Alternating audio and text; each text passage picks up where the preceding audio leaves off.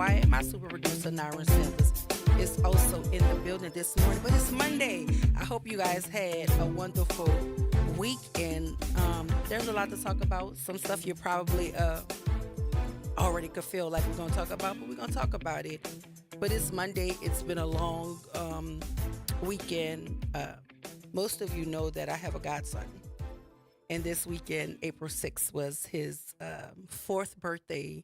So I want to tell my god baby, Jewels Ferrier, happy fourth birthday. He is my favorite little, because now my baby's big. So so Jewels is my favorite little, but he turned 4 years old on yesterday. I also have a nephew, y'all. He's going to be 1 in May. So I'm also excited about that. But yeah, this weekend, that's what I did this weekend. I went to my baby's birthday party. It stormed on his birthday, but the weather eventually let up. It was a little house gathering, so it wasn't that big of a deal with the rain, but he turned 4. And if you follow me on any social media, I'm sure you've seen Jewels before, because I post him just like I post my son all the time. So he's 4. He went to see monster trucks this weekend. He is fascinated by the monster truck vehicles and things of that nature. But for some reason, he's into Teenage Mutant Ninja Turtles now. So he said, Nanny, I want all the turtles and I want the bad guys. I couldn't find any bad guys, but I did find him all of the turtles, and all of the everything turtle I could find, I found it for him. And so um, he's such a blessed little baby. But yeah, it was his 4th birthday. So y'all tell Jewels happy birthday in the chat. But it's Monday. I don't know what you did over the weekend. If you want to call and tell it to me, you know I like to know stuff. 504-582-9422.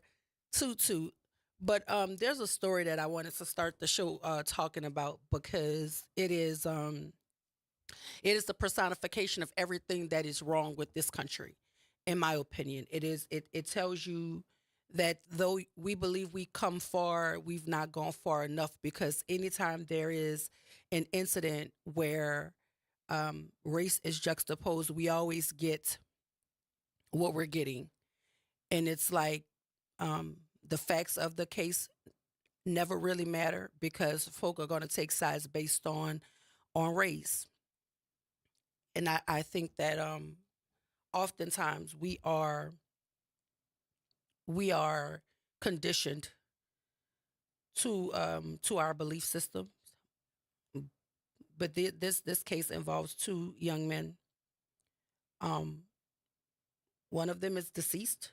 The other one is accused of murder and being held on $1 million bond. And so it's one of those cases that I'm paying attention to. I there's a writer who I actually adore her pen. Like, her pen is amazing to me. And she's been kind of following the story, and she's been writing her thoughts about it. I'm going to share one of the pieces that she wrote, but I'm going to tell you about the story real quick. One of the young men name is Carmelo Anthony. He's a 17-year-old black kid, and the deceased in the case his name is Austin Metcalf. He's a Caucasian kid. He's also a twin. And then here is the crux of the issue. The deceased and his brother are twins. They were at a track meet. Carmelo was also at the track meet. There are stories out there that says it's customary for the kids to share tents. No matter if it's their tent or not.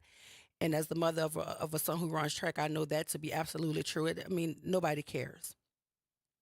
So some of the witnesses to the incident said that the young man, Carmelo Anthony, the 17-year-old black kid, was sitting under a tent, and the 17-year-old white kid, Austin Metcalf, and his brother, both of them at the same time, came over to him, and the brother, who is not deceased, was telling him to move, to get from under the tent. And his brother stepped in. Now, this is a story directly from the brother's mouth, the twin brother's mouth. He said his brother stepped in and grabbed Carmelo, grabbed his backpack, put his hands on him, and he told him, him mean Carmelo told Austin, the kid that is deceased, put your hands on me and I'll show you, or something to that effect. And witnesses also said that there's something about one of them taking his phone and smashing his phone. And in the tussle of him putting his hands on Carmelo, Carmelo produced a knife, and Austin was stabbed once. They're saying in the chest near the heart, or in the heart area, and he died at the scene.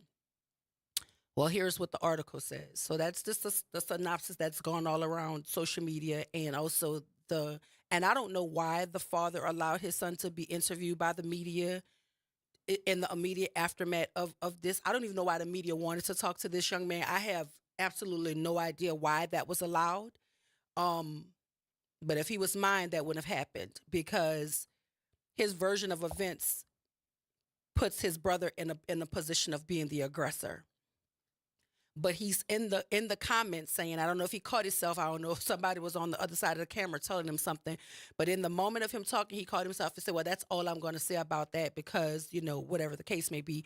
But he also accused Carmelo of being the aggressor with his words. But his recollection of the events in the immediate aftermath made his brother seem to be the aggressor. But I'll tell you what the article says. The family of the Texas teenager accused of fatally stabbing a fellow high school track star has started a legal defense fund on his behalf. In a fundraiser posted on Give, Send, Go, the family of 17-year-old Carmelo Anthony, who was charged with murder following the death of 17-year-old Austin Metcalf on April 2nd, wrote that the accusations against the teen were false, unjust, and harmful. This is the official support fund for Carmelo and his family during this challenging and difficult time. The family's message states, the narrative being spread is false, unjust, and harmful. As a family of faith, we are deeply grateful for all of your support during this trying time. Your prayers and assistance mean more to us now than ever, the family adds. As of Sunday, April 6th, the fundraiser has garnered more than $85,000 in donations toward a $100,000 goal. Anthony and Metcalf were both at a track meet at a stadium name that I'm not even about to butcher, in Frisco, Texas, when Anthony allegedly removed a knife from his backpack and stabbed Metcalf, who was pronounced dead at the time he arrived at the hospital. Defense attorney Walpole has since told local news, NBC5, that Anthony stated he acted in self-defense. I know that my client said it was self-defense. I don't have any reason to disbelieve that, but I need to develop facts, talk to people, and figure out what's going on before I make any statements about what I think happened. Walpole told the outlet on Friday, April 2nd, I don't have any reasons to think it wasn't self defense at this time. The defense attorney added that he's also asking a judge to lower Anthony's $1 million bond. Metcalf's family has also established a fundraiser for their expense, which has raised nearly $250,000 on GoFundMe since April 2nd. He was a bright young man with a great future ahead of him, Metcalf's father wrote in part about the late teen. He was a leader of men. His smile will light up the room. His passion for football was unbelievable. Voted team MVP this past season and carried a 4.0 GPA. He was looking forward to taking his game to the next level. A copy of the probable cause affidavit in the case previously obtained by People states that Anthony had distanced himself from the victim and other athletes when police arrived on the scene. An arresting officer ordered the 17-year-old to put his hands up, at which time Anthony allegedly shouted, I was protecting myself. When the officer referred to Anthony as an alleged suspect, he seemingly admitted to the crime in response, allegedly saying, I'm not alleged, I did it according to the affidavit. He put his hands on me. I told him not to. Anthony told a police officer at one point, also asking authorities if what happened could be considered self-defense. The affidavit states, an eyewitness told police that the confrontation between the two boys began when Metcalf asked Anthony to move out from under the tent that had been set up for members of his high school track team on the field that day. Anthony did then allegedly told Metcalf, touch me and see what happens. The eyewitness claimed that Metcalf touched Anthony, at which time Anthony allegedly told him to punch him and see what happens, according to the affidavit. Metcalf then went to physically move Anthony, which is when Anthony allegedly pulled the knife out of his bag, stabbed Metcalf in the chest, and fled from the tent, per the affidavit. Now, that is all according to People. That is the article that I'm referencing. And again, the brother of Austin Metcalf did an interview soon after the incident, and most of what the witnesses are saying happened is also what the brother said happened. Um, and so here is where my issue comes in. when this incident initially happened and I was watching the stories, because I just kind of watch all the time and just figure out what's happening before I make an opinion about anything. But I was talking to a couple people from media, and my gripe is always the same. Even before we know who, what, when, where, and how, the pictures that the media often put out about black children, they always align themselves with mug shots or the worst picture you could go and find, whether you're the alleged suspect or you're the victim. Because we watched the same thing happen with Trayvon Martin, and he didn't kill anybody. He wasn't even accused of killing anybody. He died. And they still went and dug up all of these pictures that would make him look menacing, make him look as if he deserved somehow to die because he was in his father's neighborhood and somebody assumed that he did not belong. And so the picture of Carmelo is apparently his mugshot.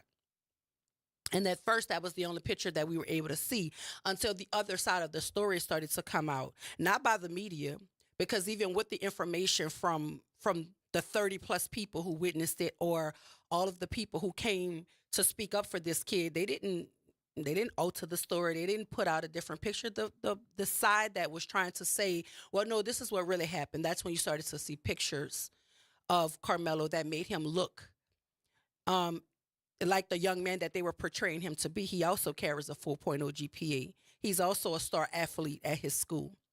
And the witnesses also said that it's customary for folk to share the tent.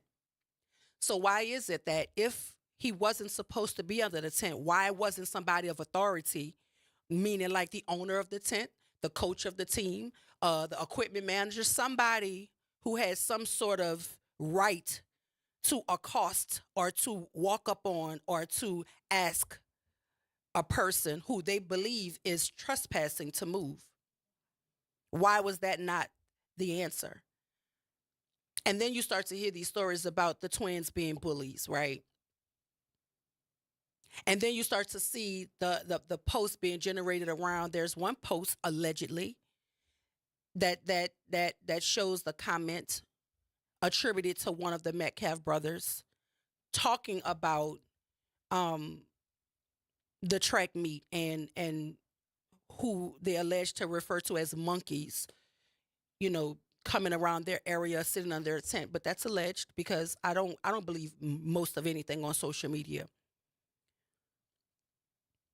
But my problem is we have a very ingrained belief that when it's a race juxtaposition, we always want to act as if the one person requires our empathy and the other person requires our vitriol.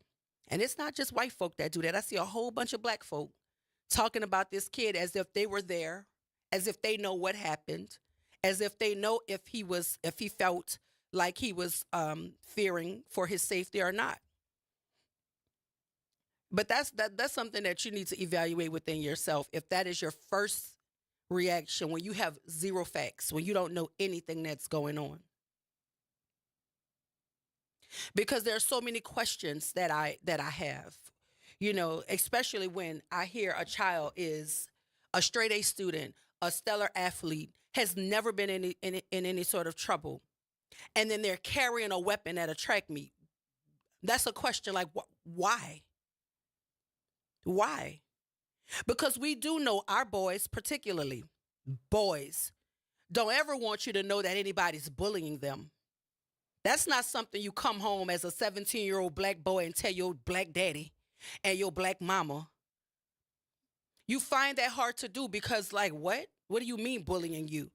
So, a lot of the times, these young boys suppress those things because they don't want to be viewed as cowards or scary or unable to defend themselves. So, my first question was, what would make this young boy carry a weapon to a track meet?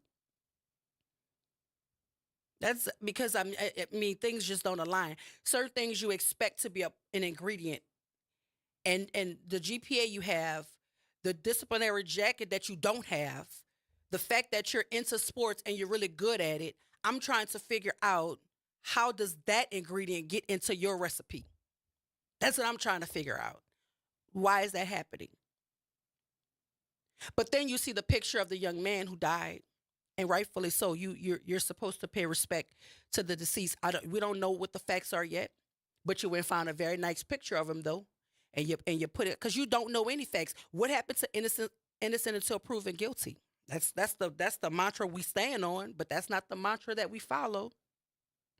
Because folks said this is what happened, that has to be what happened. Are black boys not able to stand their ground when they're being bullied, if that is the facts of the case? But you don't know the facts because you just ran with the story. I'm trying to figure out how something like this happens at a track meet. Where were the adults? Because even by the brothers on admission, they were talking to Carmelo long enough for some adult to have intervened. Where were they? I have questions. I have questions. But this is one of the things that Stacey wrote. Her name is Stacey Patton. And part of it says Carmelo Anthony never should have bought a knife to a track meet. That's in quotation marks. So she's addressing that comment. And white boys shouldn't bring entitlement, violence, and unchecked aggression to school either. But here we are.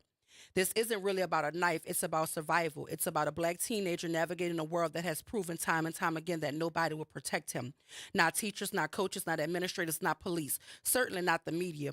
He didn't bring a weapon to start a fight. He bought it because he knew what could happen if one found him. The people clutching their pearls about a knife at a track meet live in willful ignorance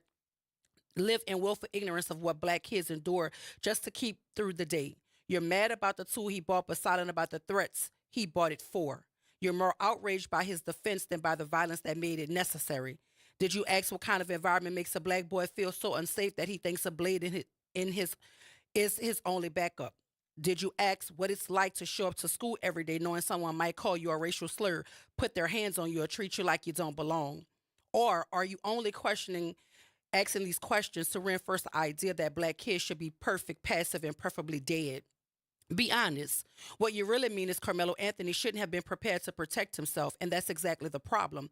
That's what's making you uncomfortable. Not the knife, not the track meet, not the tragedy. What's shaking you is that a black boy didn't fold, he didn't beg, he didn't die. He defended himself and lived. This isn't about school policy or safety protocols. This is about a centuries-old fear that lives in the marrow of white America, the fear that one day black people might respond to violence with brutal resistance, that we might defend our own lives even if it means white life is lost in the process.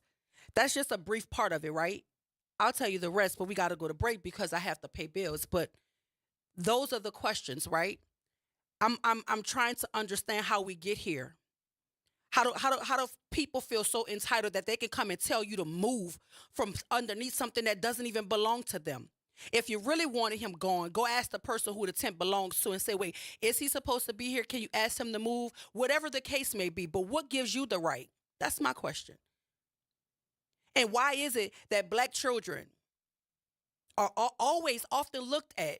It had to be him. He had to be the aggressor. He had to be the problem. I want the media to do a gut check too, because that's who I'm really taking aim at. Because I see what y'all do, and I see how you do it. But let's talk about it. Y'all stay with us right here. This is WBOK 1230 AM, what New Orleans is talking about all day long. New Orleans, are you ready? A fresh voice in the city is here, bringing you the beats, the culture, and the stories that matter. From local music and food to real talk on what's happening in the streets, we've got you covered. Stay tapped in. Follow us on all platforms at WBOK 1230 for the latest updates and exclusive content. Your city, your culture, your news. Don't just hear about it, be about it. Follow us at WBOK 1230 now. Good morning and happy Monday. I'm Morgan Lentis with WDSU News, and here's a look at today's headlines. The New Orleans Police Department is investigating multiple homicides after a violent weekend. The latest happened last night on Valentine Court in Algiers. Police say a man was shot and killed there around 10 p.m. The NOPD is also investigating a deadly double shooting that happened around 2:45 Sunday morning. We're told 2 men were shot on Willow Street. One died after being taken to a hospital. Then just after 4 a.m. Sunday, another man was shot and killed on Virgilian Street near Dro Avenue in the east. There's no word on a suspect in any of these crimes. Happening today, New Orleans city leaders are holding a news conference to discuss public safety measures ahead of major upcoming festivals. That includes French Quarter Fest, Jazz Fest, and Essence Fest. The city is expecting an influx of tourists and festival goers during these multi-day events. Today's press conference is at 11:45 a.m. and comes on the heels of the Bourbon Street terror attack, which has put an increased focus on securing the city. And finally, another delay for the start of those Belle Chase Bridge tolls. Tolling is now set to begin on Thursday. We're told crews are trying to finish putting up signs and that the weather has slowed things down. That means you have a couple more days to get a go pass. And that's a look at today's headlines. I'm Morgan Lentis with WDSU News. Have a great day. NOLA Public Schools is excited for the rest of this 24-25 school year journey with our families, watching our students dive into learning, growth, and success. As the school year continues, our dedicated educators are focused on keeping every student engaged and motivated. Let's keep embracing new challenges, celebrating achievements, and supporting each other to make the rest of this year even more impactful. Stay connected with your school and NOLA PS through our social media channels for updates and resources. We're here to help our scholars attend today, achieve tomorrow. Join me, Dr. Jaquil Ross of New Schools for New Orleans for Talk That, NOLA Education. This Monday, we'll be joined by NORD and New Orleans Public Library officials to learn about their summer programs for our youth. Be sure to tune in Monday at 12:30 p.m. on 12:30 a.m. Making a difference in the community. WBOK 1230 a.m. Good morning, wake up. The Good Morning Show. Good morning. On WBOK 1230 a.m.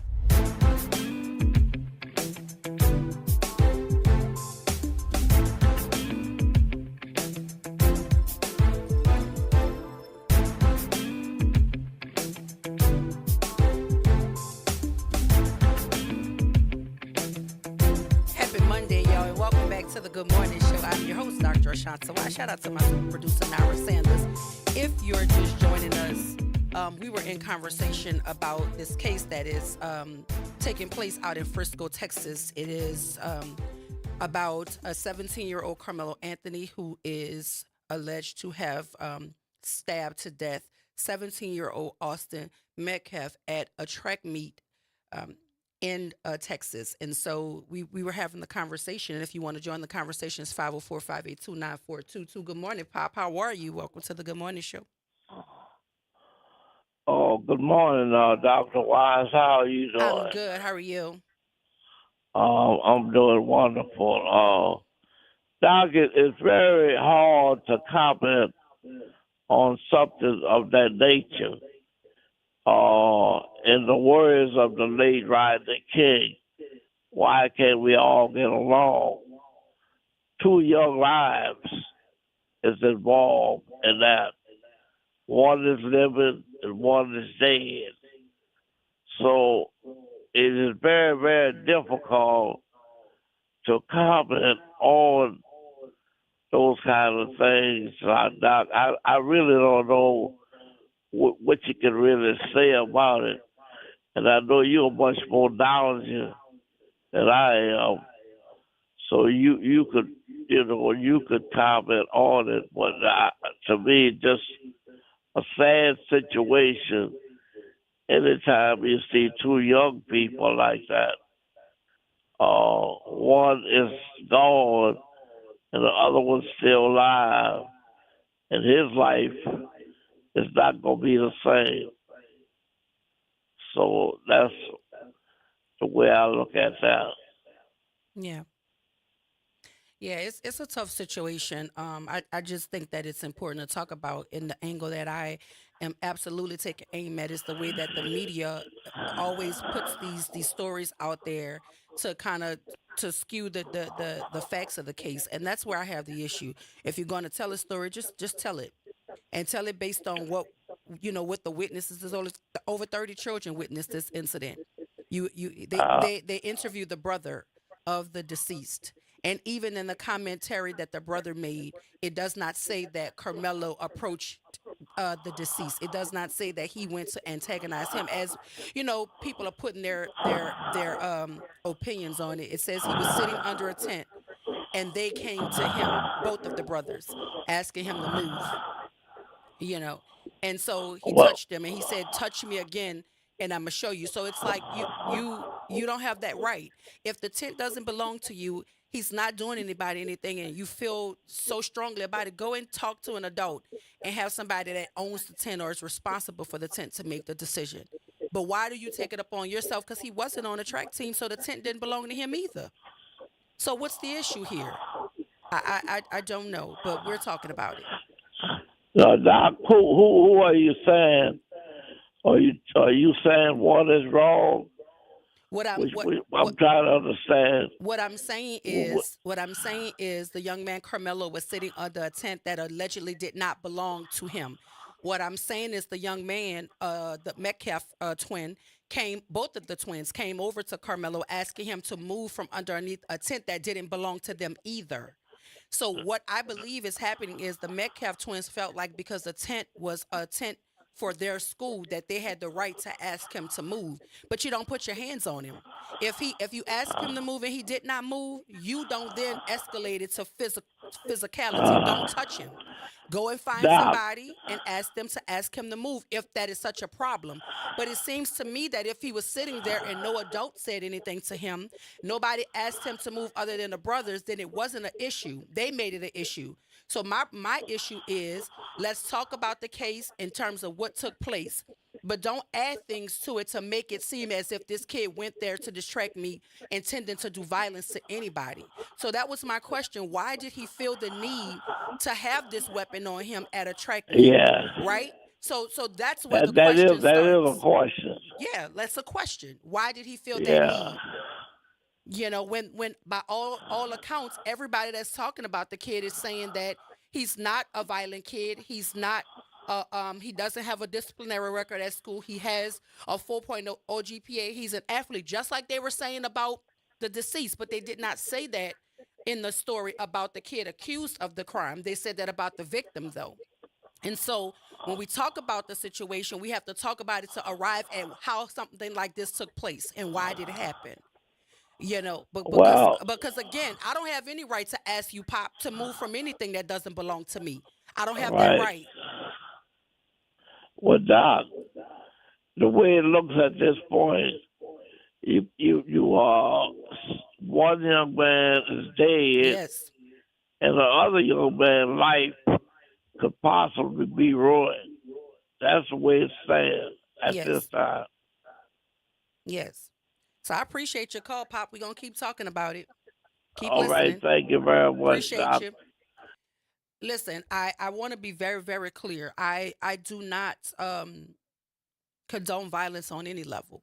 What I'm asking are the questions that anyone should be asking, because you have to understand, how did we arrive at such a tragedy, especially over something so trivial? Like, why do you engage and then it's two of y'all coming up on him? He's sitting under a tent. This is what the witnesses said. This is what the brother said. And he asked him to move, and the kid didn't want to move. And then you escalate to try to physically make him move. And that is how the altercation began. So my question again is, where were the adults? Where was the owner of the tent? Because then the next question is, was he the only person who did not attend the school to be sitting under the tent? Because I'm certain that if he was sitting there, he wasn't sitting there just in isolation. When I go to track meets, I go and sit next to folk that are familiar to me. I don't even think about whose tent they're under. If I see a parent that I want to speak to, I'm going to go and speak. If I see a kid I want to hug, I'm going to go and hug. And I might sit and talk for a little bit. And it's a whole bunch of tents. And more often than not, they're right next to each other. So I don't understand this idea of thinking that simply because somebody's sitting under a tent that it gives you the authority to enforce something that doesn't even need enforcing, or you don't own it to enforce it. How do we escalate to physicality because somebody is sitting under a tent that didn't belong to him or you? It's so trivial. And now a child is dead because we allow trivial things to snowball into life-changing things. And again, just by the account of the brother, this confrontation went on long enough for someone to intervene, some adult, some authoritative figure from the school, from the event. Nobody stepped in. And in this day and age, I'm so surprised that there isn't video, because these kids' first instinct is to pick up a cell phone and record.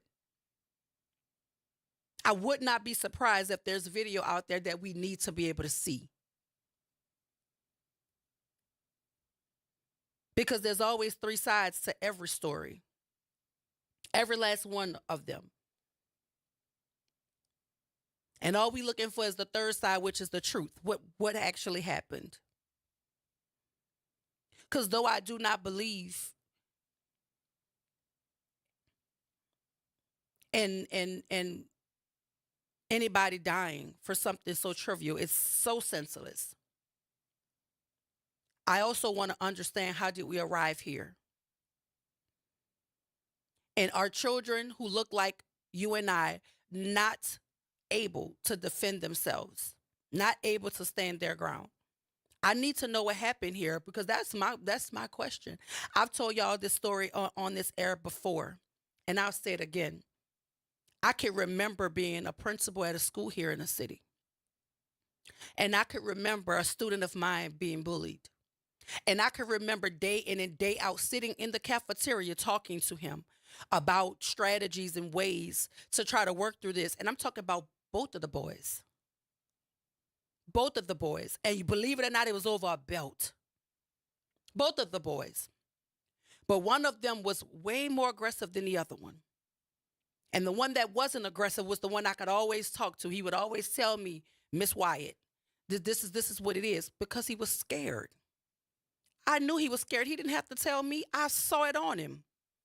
I knew he was. He didn't want to spend that much time in no cafeteria talking to me, but it was safer in that cafeteria talking to me than it was sitting in the classroom with his bully. So we're trying to work through it, and we're trying to figure out what to do. And about 4 days later, all my children had my cell phone number. About 4 days later, the bus is coming to the school, and I get a phone call on my cell phone, and the young lady, she said, Miss Wyatt, such and such has a knife, and he's coming to school with it. And he told me, he said he gonna show him. That's what he said. And I'm gonna tell you right now, I didn't even let the bus come to the premises. I made the bus driver stop blocks before the school, because I know what's gonna happen if that weapon make it to the school campus. That's the charge. And we can't have that, because I know he's terrified. I know he's terrified. So I made the bus stop, and I went to the bus. And I let every child off the bus with my deans, and my dean of student came with me. And everybody got off the bus, single file line. He took them, and I took him. And all I said was, give it to me. He didn't even know how I knew he had it, but he gave it to me. Because you see, I understand what it is for a black boy to be terrified, and for him to not want to tell you he's terrified, because that don't look right, especially in this city. That don't look right, because if one of them know you're scary, it's a domino effect. The rest of them, when they find out you're scared too, everything the first one doing to you, the rest of them gonna try it. That's what happens. That's what happens. Not on my watch, though. You're not going to stab nobody on my watch, and you ain't going to bully nobody on my watch. We going to figure this out. And I don't care how many days I got to sit in the cafeteria to do it. We going to get to the bottom of it. And I can tell you right now, both boys are still living. So, see, I understand it. I get it. I get it. You have to ask yourself, what will make a person decide in their brain that the only response, the only way to fix it is to make certain that I have something on me that could do what I don't believe that I can physically do on my own?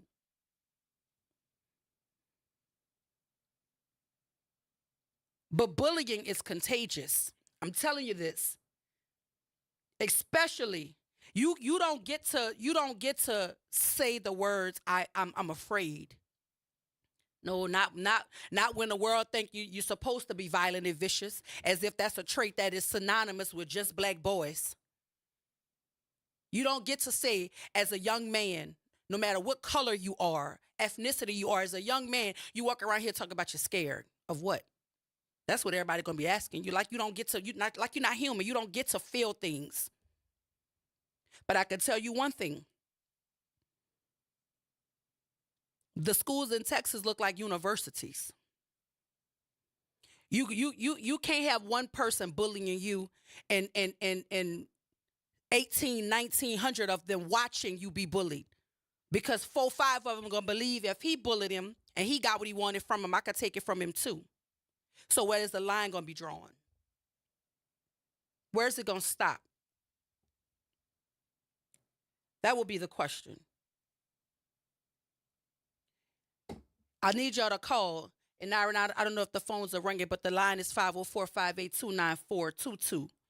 We're going to get to the bottom. We're going to ask the questions that need to be asked. We're going to examine this the way that it needs to be examined. Because, again, we don't condone violence on any level here. And it is very, very tragic what happened at that track meet. But it's just so odd to me how y'all, we be quick to wrap it up in a bow with no thought for what actually happened, how it happened, and why it happened. Because I can remember, and I always talk about Trayvon Martin, because I can remember when people were saying, why was he walking outside that late? Anyway, that's his daddy's home. The store is open. He has legs, and he's able to walk. Why can't I walk to the store from my father's home? Why is that not acceptable for somebody that won't play cop?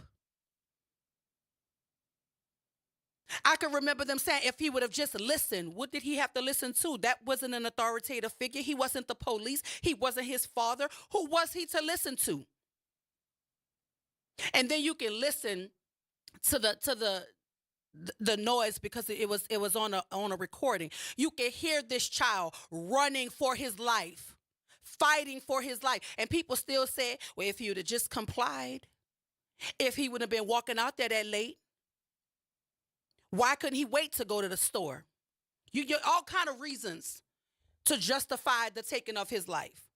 But then we don't get that same benefit when the roles are reversed. We don't get to ask, why did this child feel the need? Who are you to walk up on him and ask him to move? Who are you to put your hands on him? The tent is not yours. You're not the owner of it. The bleachers don't belong to you. What makes you think you can come up on me and ask me anything? And that I have to respond to you? Who are you?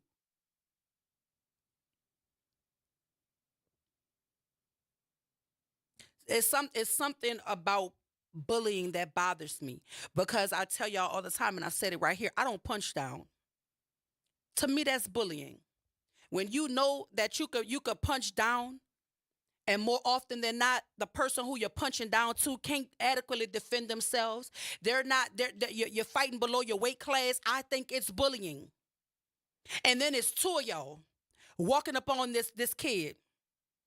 And see, they have yet to put the pictures side by side, but I guarantee you, if Carmelo Anthony was the size of Mike Brown, y'all remember Mike Brown, who they killed dead in the street? If he was the size of Mike Brown, y'all did have put them pictures side by side, because they would have wanted you to see how tyrant he was over the other one. They would have wanted you to see that. They have yet to do that, though, because all of the information that I'm getting, he's outsized, and he's sitting, and y'all are standing over him. So what makes you think that I don't have the right to defend myself? I tell people all the time, you can't put your hands on me and decide how I defend myself. You might pinch me and I punch you. Who could tell me that I went too far? Don't touch me. I don't know. I don't know why we live in this world where black children, black men, black women, we don't have the right to the autonomy of ourselves. We don't have the right to govern ourselves. We don't have the right to protect ourselves. And we're supposed to take violence. We're supposed to accept it. We can handle it, right? They're looking for every reason to justify why he walked up on this kid. Because you can't go to the end of the action or the end for the reaction. You have to go to the beginning. Why did it even happen to begin with? What gave you the right? And you don't have to take my words for it. His own brother told you what happened. His brother told you that they walked up on that kid. His brother told you that his brother put his hands on that child first, more than once. So at what point am I allowed to defend myself? Was it when I first said, leave me alone, don't touch me and see what happened? Touch me again and see what happened? Like, what was it then? Was that not enough?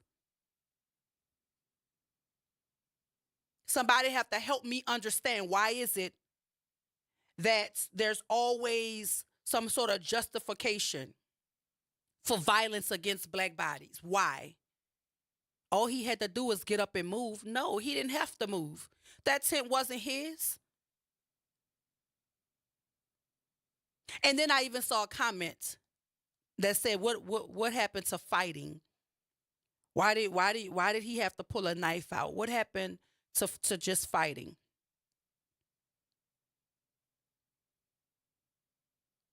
Well, if it was a one-on-one thing, I could only imagine that the fight probably would have crossed his mind, but it's two of them and it's him. So in his mind, maybe he didn't think that was viable. I don't know. Just like you don't know. But what I do know is a child went to a track meet and set up under a tent and was watching a track meet, minding his business. The brother said that. That's not my recollection of what happened. That's what his brother said. His brother said, his brother decided that we're going to be track meet marshals and go over and tell him to move. So I wonder how they decided who needed to move, because I'm certain there were a multitude of children. How do you know everybody that goes to your school that was supposed to be under your tent?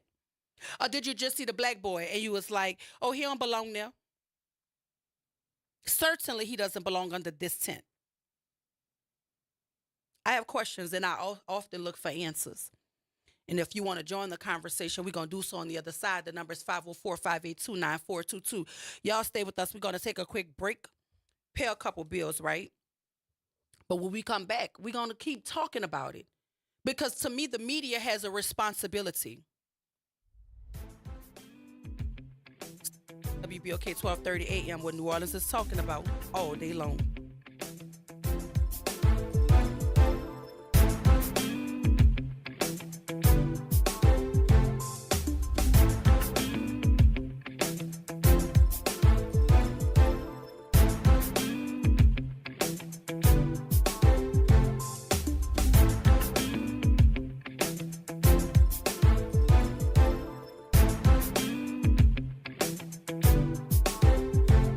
This is your news update for WBOK 1230 AM from WDSU. For all your news and weather, watch WDSU News, New Orleans' leader in live, local, late-breaking news. Today at noon and 4 p.m. Much cooler start to the week, mostly cloudy with on and off again scattered showers. A lot of this ends in the afternoon. We're not expecting a washout though. Highs only rise to the mid-60s and a little breezy as well. Cool tonight, lows in the 40s on the North Shore and 50s on the South Shore. Highs back in the 70s Tuesday with sunshine this week. From the WDSU First Warning Weather Center, I'm Raven Richard. I'm still going for it, even with higher stroke risk from atrial fibrillation, an irregular heartbeat not caused by a heart valve problem. Over a 3-year study, Eliquis apixaban tablets reduce stroke risk better than warfarin, and over 97% of Eliquis patients did not experience a stroke. A first stroke occurred in 2.9% of warfarin patients versus 2.3% of Eliquis patients. Don't stop taking prescription Eliquis without asking your doctor. It may increase your stroke risk. Eliquis can cause serious and in rare cases fatal bleeding. Don't take Eliquis if you have an artificial heart valve, abnormal bleeding, or antiphospholipid syndrome. While taking, you may bruise more easily or take longer for bleeding to stop. A spinal injection while on Eliquis increases risk of blood clots, which may cause paralysis, the inability to move. Get medical help right away for unexpected bleeding, unusual bruising, or tingling, numbness, or muscle weakness. Medications such as aspirin products, NSAIDs, SSRIs, SNRIs, and blood thinners may increase bleeding risk. Tell your doctor about all planned medical or dental procedures. Learn more at Eliquis.com or call 1-855-ELIQUIS. Welcome to The Community Scientist. I'm excited to bring you our quarterly review of the latest research. If you live or work in St. James, St. John's, St. Charles, Ascension, Calcasieu, Baton Rouge, or St. Bernard parishes, it's vital that you have access to clear, objective information about lead, hexavalent chromium, and cadmium, and how these substances impact your health and our natural environment. The Community Scientist is a service program of Rise St. James, supported by our dedicated TCS research team. To learn more, visit risestjames.org. Join me, Dr. Jaquil Ross of New Schools for New Orleans for Talk That, NOLA Education. This Monday, we'll be joined by NORD and New Orleans Public Library officials to learn about their summer programs for our youth. Be sure to tune in Monday at 12:30 p.m. on 12:30 a.m. Good morning, Wake Up. The Good Morning Show. Good morning. On WBOK 12:30 a.m.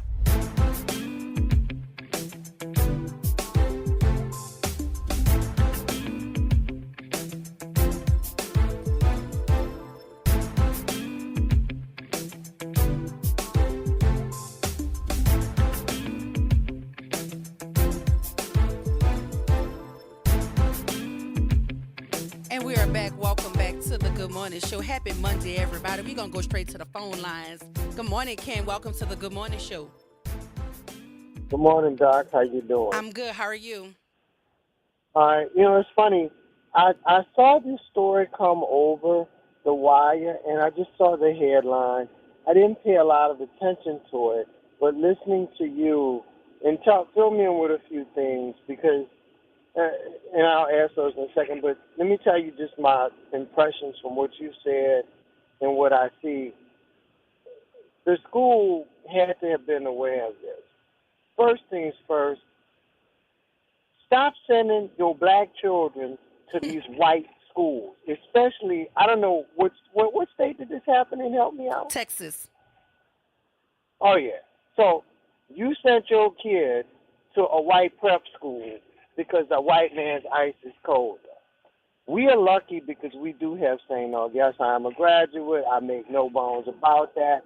But it is an institution that there are not many, if any more like it, that I can call in the country. I get that. But they are if you put your children in this current time in that environment, they're going to have problems. It is not hard to understand that. So the school knew. The fact that they call him Monkey, that tells you right there that he's one of a handful of black folks around there. Now, the school should get sued for failure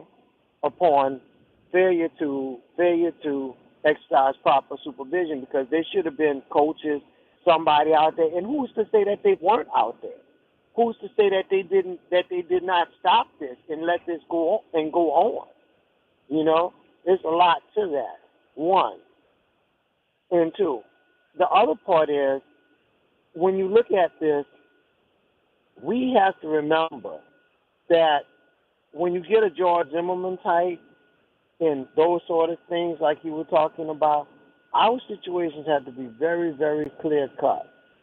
Because when you kill them, it's going to be a problem, especially when you look at the jury pool in a place that's white. Like, let's say this is Collin County, Texas. Dallas County, you might have a shot. Harris County around Houston, you might have a shot. But when you got to go deal with juries or even judges in these little jurisdictions, I spent a lot of time in all those kind of places. I think it's in Collin or Colleen County. How do you say that? Collin? Collin County. Yes, that's where it is. Oh yeah, that's all white. That's right outside of Dallas. Mm-hmm. That is all white. That is, how should I say, cracker as it gets out there. I can tell you, military, Air Force Base, that kind of stuff out there, yeah, that's really, really tough. And it's right next to Dallas County, which is Dallas. You know, that's more Fort Worth sort of area out there. So, yeah, that's bad news waiting to happen. Let me say that. But for the kid to feel like he needed a weapon, you know, that's pretty tough. And that says to me that there's likely other stuff going on. But, you know, as black people, we're not seen as humans anyway. We're savages. We're animals. You know, we're not human like other folks. But George Zimmerman, on the other hand, he could do whatever he wants. But what I tell folks is, you got a Second Amendment right. You know, you be the one to tell the story. Don't let the other guy be the one to tell the story. Now, they're going to say about this kid, well, he should have came and told the school administrators and went and found somebody. Oh, da da da da da da da da. Well, it could have been all of that. But when let's see how much comes out about what they knew, how they knew, and Right. when they knew what they knew. Yeah, because But a lot that of the being reports said, from the kids who were, they said there were 30 plus witnesses, but the only person Mhm. that I saw the news media talk to was the twin brother. That's it.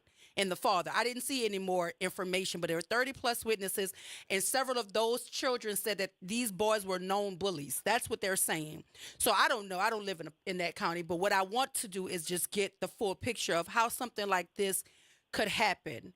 And why did it happen? That's what I want to know. And then you see the pictures the media putting out with the kid holding his middle finger up. He's a kid. What? Who hasn't held their middle finger up in a picture as a kid? And then he has an airsoft gun that he took a picture with, and they're circulating that as if to, I guess, paint this picture like he's some sort of menace to society. But you know, I just want the media, to me, has a responsibility, and it's very, very telling. You could always tell which way the media leans, you know, how far right or how far left they lean just by the headlines that they write. You know, you could tell which direction the story is going to go. But it's, I mean, I'm well, glad you called, because I just want some expertise in terms of what this means. Is this a stand your ground state or county? the state of Texas has self-defense at a very high level, if that's what you're asking, yes. The problem that the kid has is he was at a school-sanctioned track meet where you're not supposed to have weapons. If this had occurred on the street, he'd be 110% to the good. But because this was a school-sanctioned event, that could create a problem. Because there may be signs that say no weapons, there may be rules related to that. I haven't had a chance to review that, but that's my overall feeling. And I also want you to know that the father is doing media, and he's saying he forgives Carmelo Anthony. He's doing, you know, that's what he says. He know his boys ain't. He know his boys is. He know his boys. He know exactly what they're about. You know what I'm saying? He know what time it is. So that's why he's trying to soften the blow. Because when you check people's social media, you're gonna be able to know. When you check their social media, you're gonna know. People gonna start talking about this, how these guys are, who they were. It's not gonna get away. But with that note, thanks, Doc, for the time. I gotta run. Thank you, and Ken. thank you for the audience. Appreciate you. Good morning, Josh. Welcome to the Good Morning Show. Good morning, Miss Dr. Wyatt. How you doing? I'm good. Unlike Pop Jones, I am a sharp knife in the drawer, and I believe that you got to get them before they get you. There was a kid in Valdosta, Georgia, found wrapped up in wrestling match. Kendrick Johnson. Yep. Mm-hmm. He was killed by kids at that school, and they still haven't arrested no one. And who knows what happened leading up to that moment. And we'll never know because they doctored the footage. And his father was an FBI agent, and then the family had him marry the girl who the whole incident was about. Because remember, he was killed because his white ex-girlfriend, the Kendrick's girlfriend, was the white ex-girlfriend of the boy that allegedly killed him. So he wanted to harm Kendrick because he was now dating his ex. And guess what? Him and that little girl are married as of today, okay? They are married because she knows what actually happened. She knows. It'll be a matter of time before he probably do her too. I'm gonna have to watch that on Dateline NBC. Yeah, she knows. She knows what happened, but you know that's how they protect her from being able to talk about it. They got them to marry. And they married about maybe 3 to 5 years ago. They married each other. I posted about it. I followed Kendrick's story since it happened, and there's no way on God's green earth you're gonna make me believe a kid suffocated in a rolled up gym mat because he was reaching for a shoe. Yeah. So it's like that to me. We should do like Marvin Sapp did to that church. Lock the doors and that. Get off my phone. Get off my phone, contribute Josh. to this kid's defense fund, though. Lock the doors. Contribute to this kid's defense fund because he's gonna need every nickel. Yeah, he's going to need more than money. What he needs is eyes on this case. He needs everybody to pay attention to it because what we don't want is for the facts to be suppressed just because they favor Carmelo, right? We need to know what happened. And at the end of the day, would it have been better if Carmelo died and this kid walked away? Like, so what are we saying here? Damn, it would have. What them are and we Willis- saying here? If it's about doing what is right, we have to talk about what is right. Do you have the right? And Ken made a good point about having the weapon on the premises where the track meet was. Yeah, But again, that's the one they go hang their head on. They go try to get him on that charge more than they get him on the murder charge. They yeah, want but I him on think that. it's very telling too, though, Josh, that the father. I mean, minutes after your son was pronounced dead, you're doing media talking about you forgive Carmelo. I thought that was very telling. So I'm paying attention to it. I want to understand. I can see it this way too, though, because parents are now being prosecuted for what their kids do and who their kids are. So I think he might be doing that to save face himself. That's so why I said I'm his paying family, attention too. to it. I think it's very telling. I think that's something worth, kind of just you kind of watching, because it wasn't literally his very first interview. The kid, his child had just been pronounced dead, and him and his son did an interview. And the father was on there saying that he forgives Carmelo, and then the son was on there saying that they approached Carmelo, and his brother grabbed him, and took his backpack, and he's saying all of this on the news, and I'm like, So wait. it tells me that dad knew of that kid being bullied by his sons, and also for that kid to bring a knife, that meaning that it happened before. He said, "I'm not gonna be a victim no more." Well, we'll see. I'm curious to see how this one is going to shake out, but I appreciate your call, Josh. All right, no problem. Have a good one. I see y'all lighting up the phone lines. I'm waiting to talk to you. Listen, I wanted to devote time to this story because I was watching the way, even when you Google it and you just look at the headlines, right? And I'm just watching the way the story is being crafted. I'm watching. And again, shout out to Stacey Patton. She's a dynamic writer. She was one of the first people who I saw kind of take a step back and talk about this with the depth that it deserved. Because I want to understand how we got here. It's so trivial. So trivial.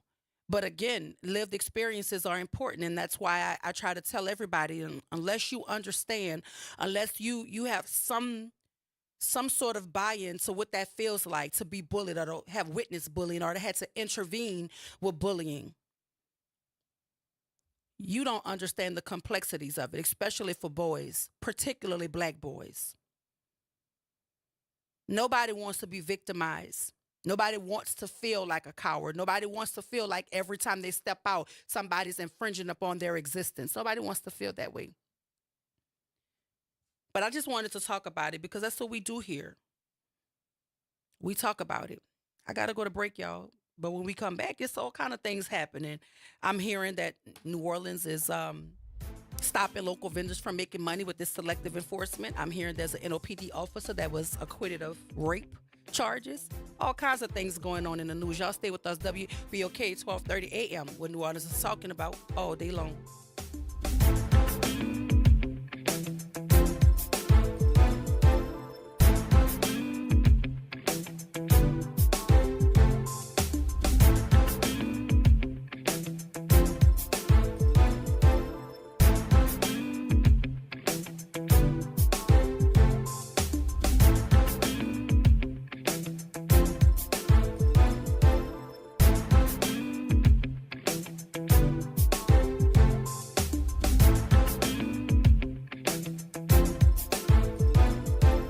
WBOK 1230 AM New Orleans.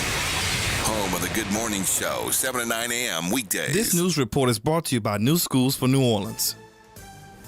I'm Bree Wood with 4 things you should know with BIN News. U.S. District Court Judge Paula Zenas has denied a Justice Department request for a stay on her order to have Kilmar Abrego Garcia return to the U.S. Yesterday's 22-page ruling called the detention and deportation of Abrego Garcia wholly lawless. Former President Obama criticized the Trump administration for inhibiting free speech and said he's concerned about new tariffs and the threats to universities and law firms. He recently spoke at Hamilton College in New York. A study presented at the European Psychiatric Association Congress 2025 found gender significantly impacts problematic smartphone use. Young females are more likely to experience high social anxiety and fear of negative judgment online, leading to mental health issues. And TikTok received a 75-day extension to continue operating in the U.S. after a deal to sell the app fell through due to tariff issues. Get BIN News on demand 24/7 on the iHeartRadio app.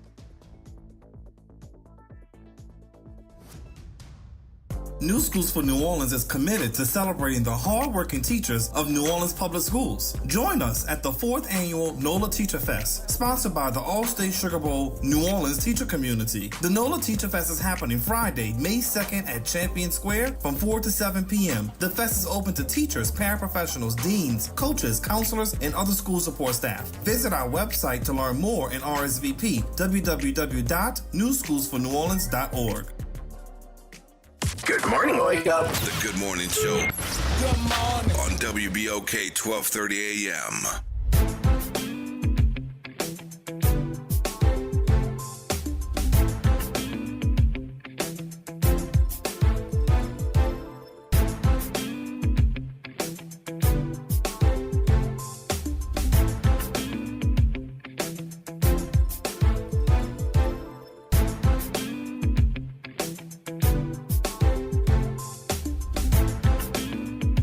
Good morning and welcome back to the Good Morning Show. I am your host, Dr. Ashanta Wyatt. Shout out to my super producer, Naira Sanders. If you're just joining us, we've been talking about things, all of the things, but right now we have a guest in studio, Ms. Maite Hernandez, the Director of Case Management Services, because April is Fair Housing Month, and we're going to talk about the critical role of housing and how to address homelessness. Good morning. Welcome to the Good Morning Show. For the invite, appreciate it. No, thank you for being here. So talk to us about April being Fair Housing Month. What does that mean? Are there like more initiatives going on, or are we very intentional about what we're doing in terms of homelessness in the month of April? Talk to us about April being this big old month to talk about this issue. Yeah, so this is a really important month for housing.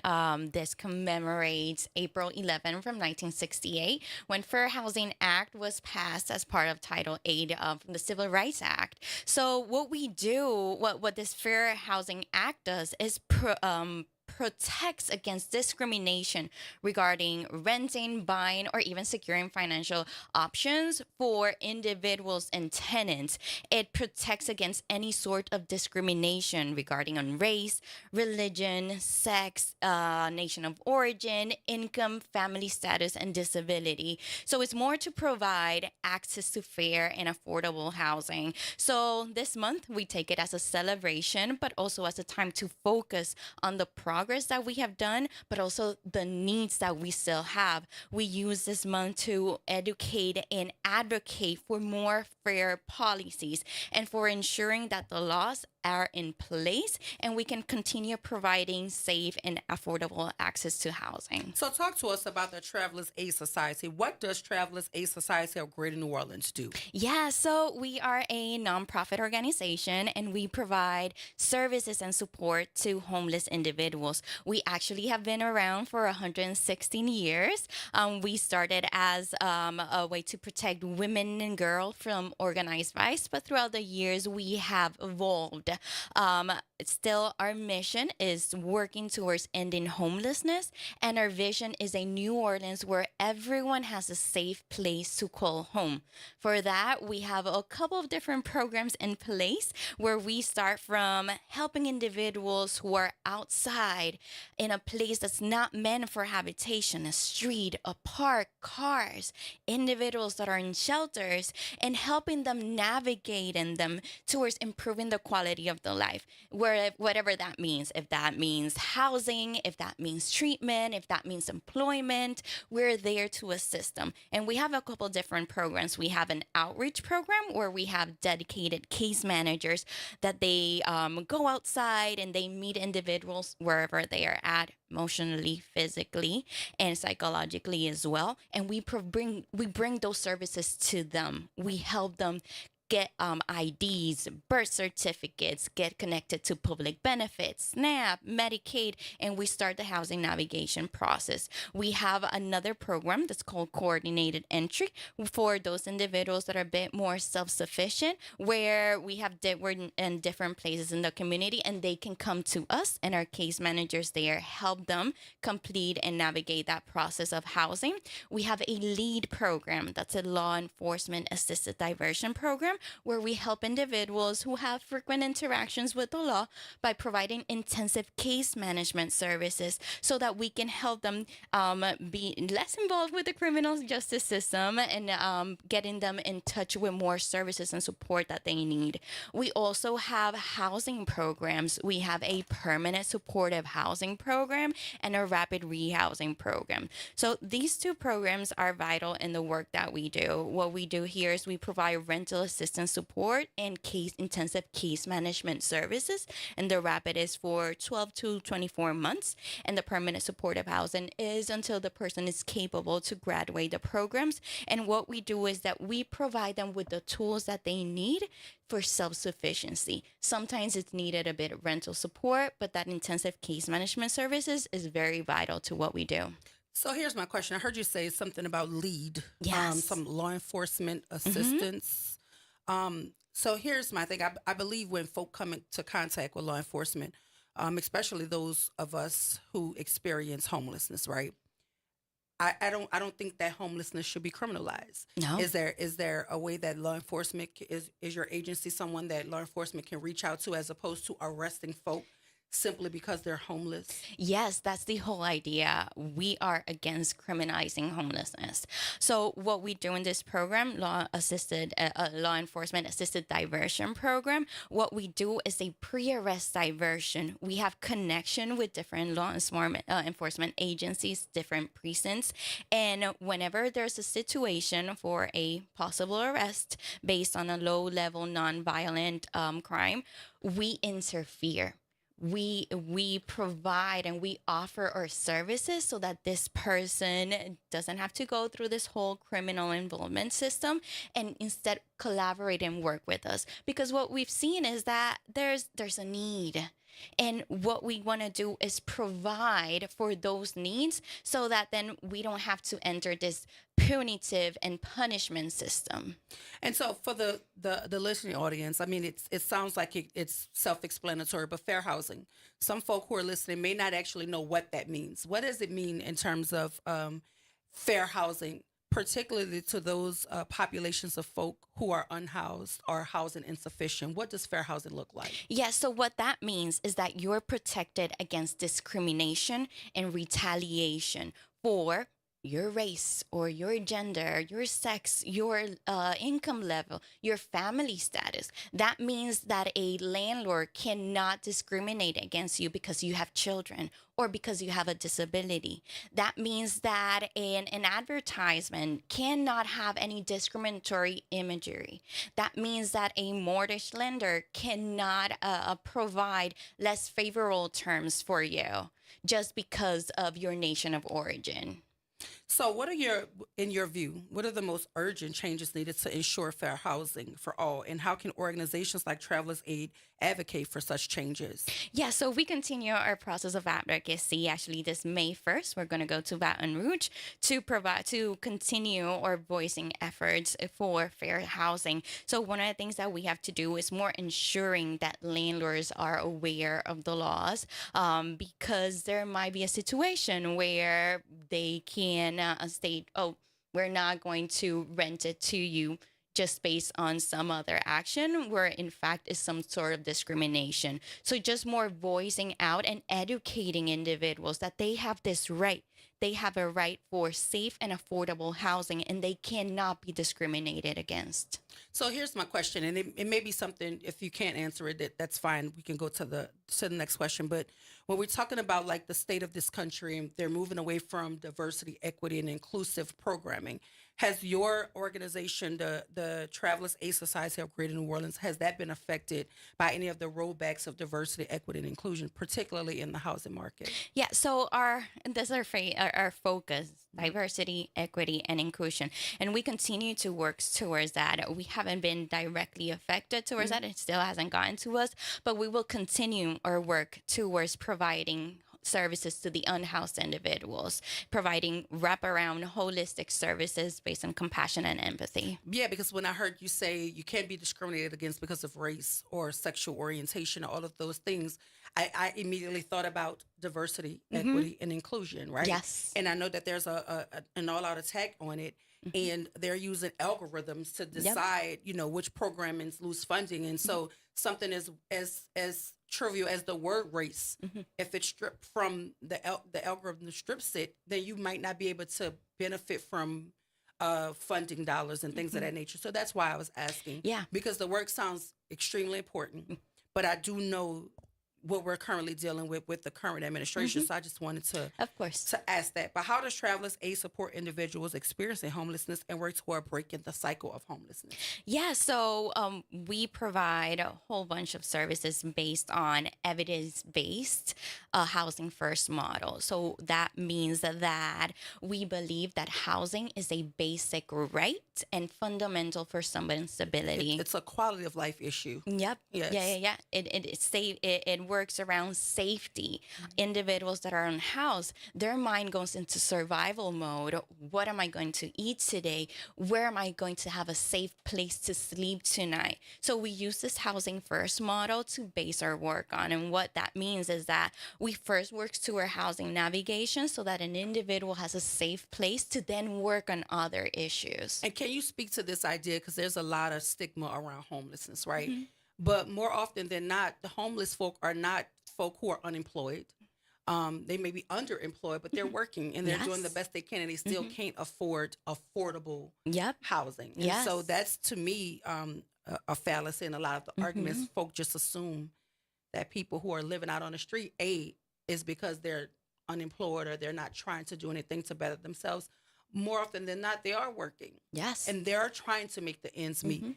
Yeah, caller. Okay. We're gonna go straight to the phone lines. We're gonna jump into conversation with our callers, and if you want to join the conversation with Ms. Maite, the Director of Case Management Services for the Travelers Aid Society of Greater New Orleans, you can do so at 504-582-9422. Good morning, Vincent. Welcome to the Good Morning Show. You're on with Ms. Hernandez. Hey, good morning. How y'all doing? We're good. How are you? Good. So listen, I have a relative who was underemployed and who stayed with us like off and on. And, we were like, man, this has got to be a solution somewhere out there for her. So what she did, she entered the housing shelter, like right there on Claiborne and Napoleon. And by her being underemployed, you would think that everything would be offered to her if she just stood there a while. But she had to pay $10 a day. So if think about it, underemployed, and you got to come up with $10 a day, which is $300 a month. And, they couldn't let her stay there during the day. So she had to leave during the day, and she could only come back at 5. And she really never got the help, like maybe Travelers Aid is, I think maybe she got a voucher a time or two for the housing.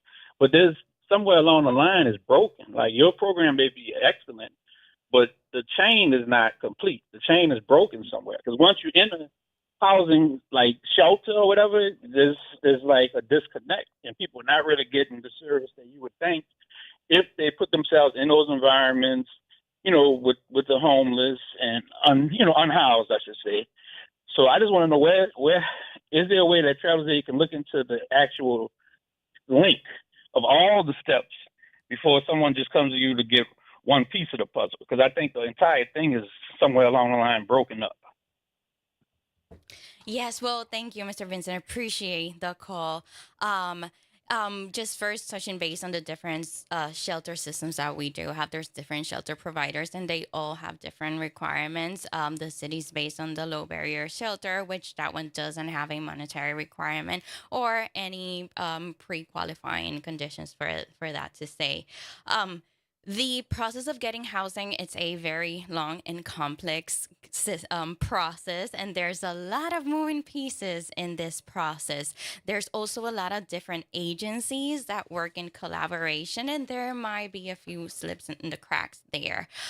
There is this one entity that oversees the whole process, at least from our end, once we receive a housing voucher, which the process is an individual who enters the shelter system, gets assigned a case manager. They complete the housing package, and then that package gets sent into this coordinated entry system based then on vulnerability score, which is based on their homelessness length of time, as well as their chronicity of their situation. They get placed on a list, and then from that list, they get assigned to a housing programs. There's a variety of different housing programs, and each might have different policies. For in our situation, as soon as we receive a housing referral, somebody that has a voucher, we connect with that individual and that housing case manager so that we can ensure that there's a warm handoff. We identify the individual and we start providing services. For our end, we can continue improving the system, our program, and our ways of navigating it. Overall, there's this one entity that they oversee how different programs conduct their policies and such. Well, Vincent, I hope that answered your question, Ms. Hernandez. But for those folk who are interested in learning more about the programs and services offered by Travelers Aid, where should they go? Are there any specific resources on your website that people should check out? Yeah, so individuals can go and visit our website, Travelers Aid Society, NewOrleans.org. Again, that website is Travelers Aid Society, NewOrleans.org. Or they can even give us a call, and we can also direct them to referral services support. We have a crisis response and problem solving navigator that can offer on-call services as well. And our phone number is 504-658-2944. Again, that number is 504-658-2944. And for people looking to get involved, what are some specific ways they can support the work of Travelers Aid beyond monetary gifts? How can individuals in the community help those facing homelessness in more meaningful ways? Yes, they can continue spreading the voice about our services and joining our advocacy efforts as well in a way to ensure fair housing for all. So are they able to volunteer at your with your organization? Or are they able to donate clothing, things of that nature? Yeah, so we do accept monetary and non-monetary donations, sort of clothing, household items, food items, baby items, pet items. So we are open for accepting all those. And do you have any upcoming events or volunteer opportunities where the community can directly participate in your mission? Yeah, so May 1st, we are heading over to Baton Rouge and just going over there, voicing our stance for fair housing and policies. If in our Instagram social pages, we have information about our work, if we can help spreading out the word about that, that'll be great.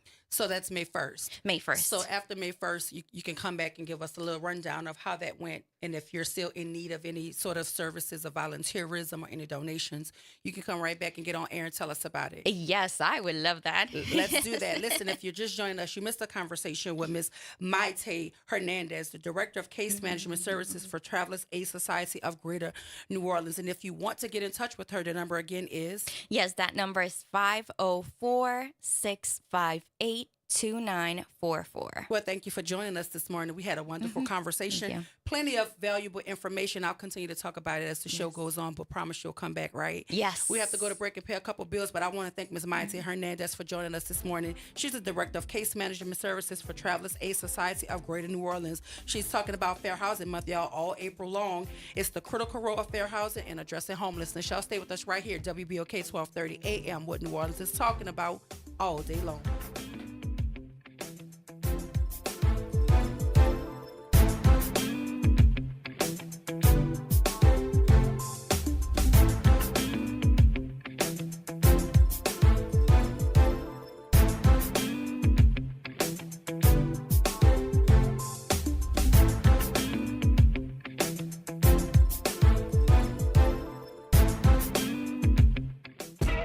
Grant Sasheret. And I'm Ro Brown.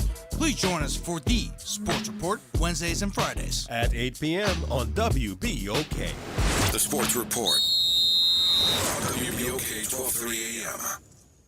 Good morning and happy Monday. I'm Morgan Lentis with WDSU News, and here's a look at today's headlines. The New Orleans Police Department is investigating multiple homicides after a violent weekend.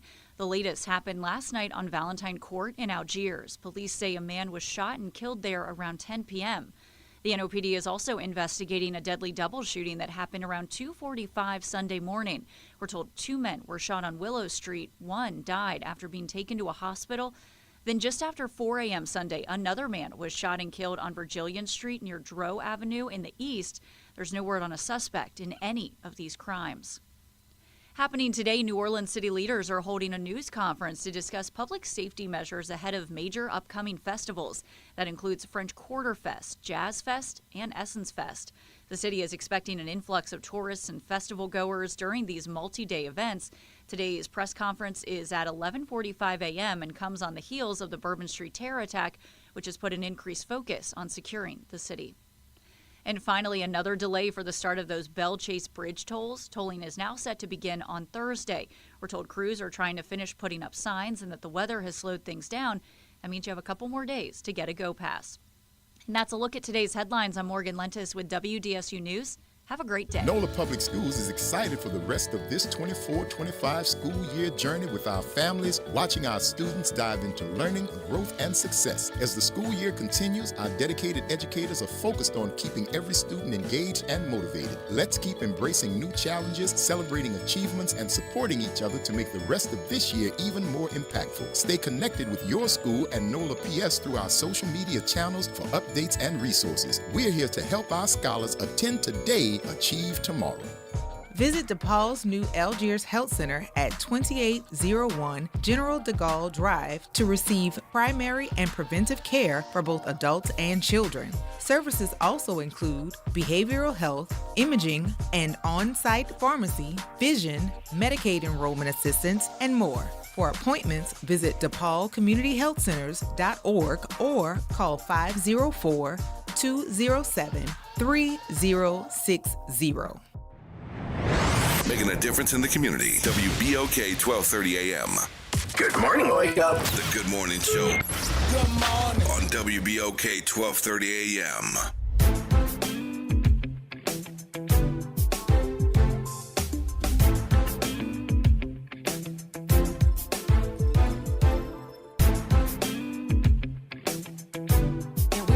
Welcome back to the Good Morning Show. If you are just joining us, you missed the conversation with Ms. Maite Hernandez, the Director of Case Management. We were talking about Fair Housing Month, which is all April long, and the critical role of fair housing in addressing homelessness. So listen, we've been talking about the story with Carmelo and it happened in Texas. It's unfortunate. Carmelo Anthony is the kid that is accused of stabbing to death a 17-year-old Metcalf twin. They were twins. It was one brother that died from a stab wound. It is being alleged that he stabbed him one time in the chest area near the heart.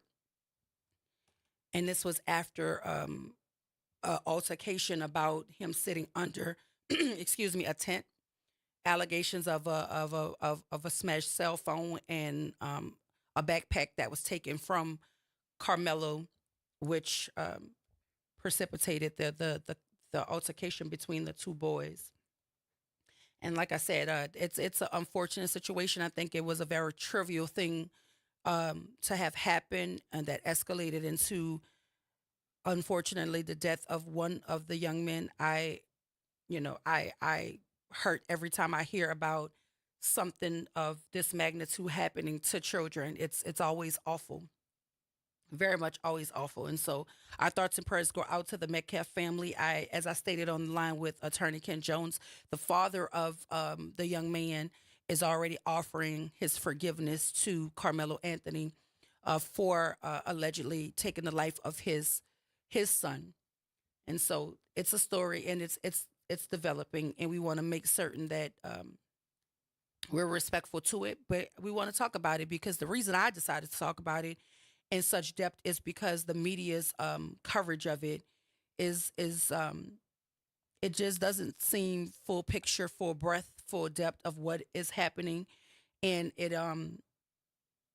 I just want to be able to, here at WBOK, we uplift and center Black voices, and we want to make certain that that this kid is given a fair opportunity to have his side of things heard, and the fullness of it comes to light, and whatever the decision is once the facts are weighed, then that's the decision. And we're hoping for equity all across the board for both the victim and the kid that is accused of committing this crime. But as y'all know, like, you know, April 5th, there was a national day of protests going on, and Black folks specifically had one marching order, and that was to rest. Right, y'all was supposed to be resting on April 5th, but here's the thing: there was a lot of people outside. A lot of people outside in New Orleans even joined in the nationwide anti-Doge rallies that were happening all across the country. It says protesters from Boston, Atlanta, Washington, D.C., and Chicago were asking for the Trump administration to stop the federal cuts to things such as Social Security, health care, and education. It said protesters across the nation came together on Saturday to protest against Donald Trump and billionaire Elon Musk. New Orleans residents joined the nationwide protest in Lafayette Square. The administration argues that these cuts will save taxpayers money. The White House issued a statement stating that President Trump's position is clear. He will always protect Social Security, Medicare, and Medicaid for eligible beneficiaries. So if you can make that sort of statement, then the question becomes, who do they deem eligible? That's the thing, because I'm trying to figure out why Medicaid and Medicare is under attack, and Social Security is something that you pay into. It's your money. Like and even Medicaid and Medicare is supposed to be there for when you need it. You're paying into all of this stuff. So I'm just trying to figure out why or how they are going to determine, meaning Elon and Donald are going to determine the eligibility of folk who are paying into systems that, should they ever need them, they're supposed to be there for them to benefit from, right? These are not handouts. These are not these government contracts that that Elon is slashing so that he can slide his businesses in there. It's not that. It's not that. So how are they going to determine eligibility? So folk all over the place on April 5th. I'm sorry. I'm thinking about the insurrection in the month of January, but no, April 5th. They were out in droves protesting the current administration and their intent to slash Social Security, Medicare, and Medicaid benefits. And I don't know if you were outside, but if you were, the number is 504-582-9422. You can share your experience with us, because I do know I watched on TV a lot of these protests that were going on, and they were well attended all across this country. They were very well attended. But you know, he's such a narcissist. The guy that's operating in the White House, he's such a narcissistic personality. He was probably sitting somewhere in the White House, you know, in the West Wing somewhere, probably in the Oval Office, with his feet up on the table saying, no other president has ever had these many people out protesting against him. These crowds are huge. They were the largest I've ever seen to protest the president. He probably was excited about that because he's a narcissist, in my opinion. Like, he's an egomaniac, I should say. That's a better way to put it. That's a way to put it. But you do know, one of the things that we've been talking about here is the young man that was deported to El Salvador, who the press secretary consistently, and that's a question I have for Ken Jones or any other legal mind, because I am not a legal expert and I want some insight. The press secretary continued to call this man an MS-13 gang member, continued to call this man a terrorist, and they've now proven that this man is not gang affiliated.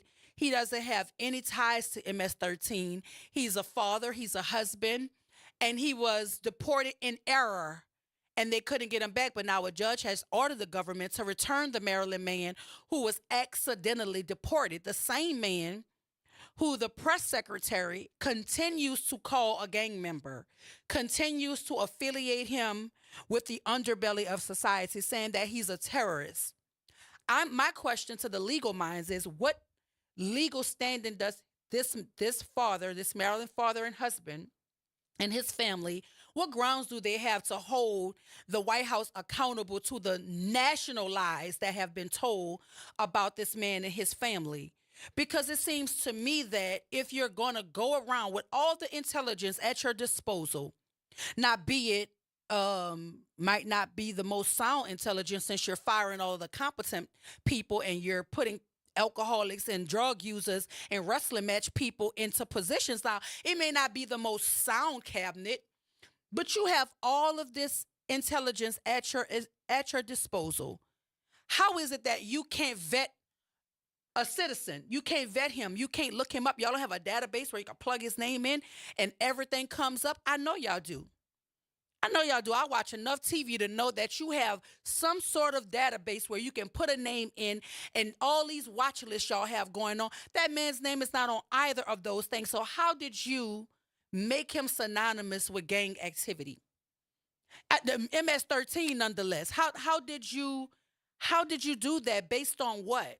Even the tattoos that you are attributing to him are not real. They're not his tattoos. So is there any recourse for the administration when they tell blatant lies about United States citizens, or when they deport them in error? What is the recourse? What sort of reparations, since they're talking reparations for the January 6th insurrectionists, the terrorists, the domestic terrorists that committed treason against this country? They're talking reparations for them. So what sort of reparations are there on the table for folk like this Maryland man who was illegally and wrongfully deported to El Salvador, and they're struggling to get him back after they told lie after lie after lie to cover up their error? What recourse is there? And then also, my question, what is the state of Louisiana getting in return for housing these deportees that they're snatching up off the street? Is this a quid pro quo between our governor and our president? I'm trying to understand, what is Louisiana? What is their incentive to have everybody that they're illegally snatching off the street housed here in the state of Louisiana? I just need somebody with some legal expertise, a legal mind, rooted in evidence-based practices, to tell me what could be the incentive for the state of Louisiana being the housing ground for the folk who are being illegally detained here. And where are they? We don't even know that. We just know they're in Louisiana. We don't know where these people are. The governor knows, though. I'm sure all his trusted advisors know. Where are these people being held? What is it costing the state of Louisiana to house them?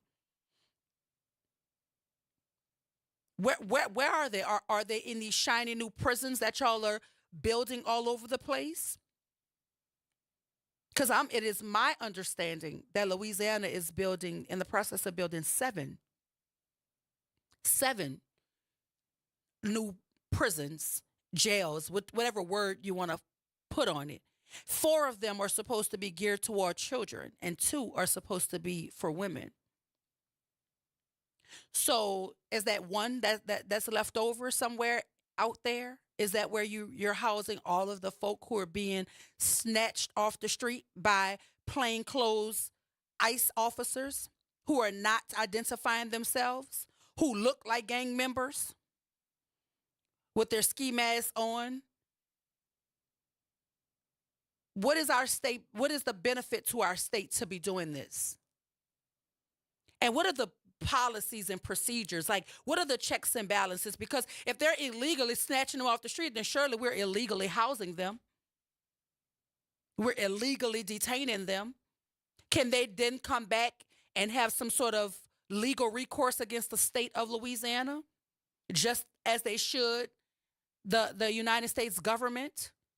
Because, see, I feel like they ought to sue the press secretary individually and in her role as the White House press secretary, like as an individual and as an entity, because she gets on TV day in and day out and she spews nothing but lies about these folk that they're snatching off the street.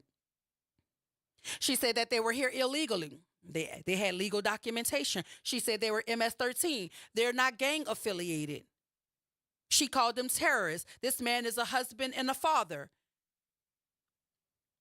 The young lady they snatched off the street is a student at a college here, just like Mahmoud Khalil. Are we saying that when folks say things that we don't like, or they're protesting against us, then that's enough to snatch them off the street and house them in a completely different state, away from their loved ones, or in the Maryland man's case, in a completely different country? What? What are we doing here? What are we doing here? And I just want somebody with some legal mind, like a legal mind, to tell me the legalities of this. So that is why folk were out in record numbers on the 5th, protesting. But I promise you, I wish there were some sort of like statistician out there, somebody that is really good with data points and numbers, to go around and ask them, who did you vote for? Because I can guarantee you a large amount, if not the majority of the folk that were out there protesting against him, voted for him. Voted for this. But you see, they didn't think that this belonged to them. They thought that this was for those people over there. That's what they thought. But the this came to their home, and now they outside in the street protesting for their Social Security, their health care, their education. Because I would venture off to say, you know what his defense is going to be? I told y'all what I was planning on doing on day one. It's not my fault that you didn't believe me. It's not my fault that you didn't think it pertained to you. It's not my fault that your racism made you believe that it was about the others and not you.